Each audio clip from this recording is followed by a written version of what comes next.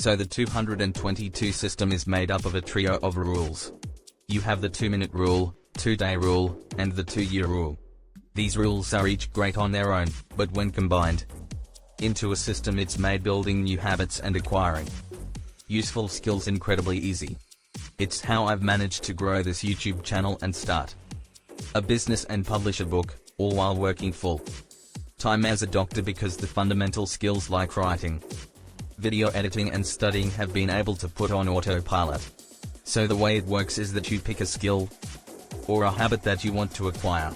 So, for this example, let's say we're trying to build a habit of going on a 30-minute jog every morning. Here's how you would apply the 222 system, starting with the 2-minute rule. Break it down into a 2-minute task. So you want to break down going on a daily 30-minute jog, and is something that takes only 2 minutes to do. Make sure it has a specific time and place. So examples would be, I will put on my running shoes immediately after I brush my teeth in the morning, or I will sleep in my running clothes for the first week or so. Commit to only doing it for 2 minutes, so put on your shoes and go for a 2-minute run. Then after 2 minutes, go back home and continue doing what you were doing. You need to first establish the habit of just showing up to the jog every morning before you can expand on it. Once you're consistent, you can lengthen the jog to 30 minutes. Speaking of consistency, next is the 2-day rule. Never miss a habit for 2 days in a row. So never miss going on a jog for 2 days in a row. Life gets in the way and sometimes you'll be too busy in the morning to go on that jog, and that's okay. You're not a failure.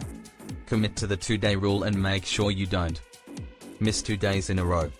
We miss for 2 days. It's easy to start sliding to 3 or 4 days, and eventually you'll just give up on the habit.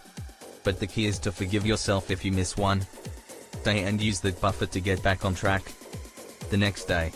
It's better to be consistent than to be perfect.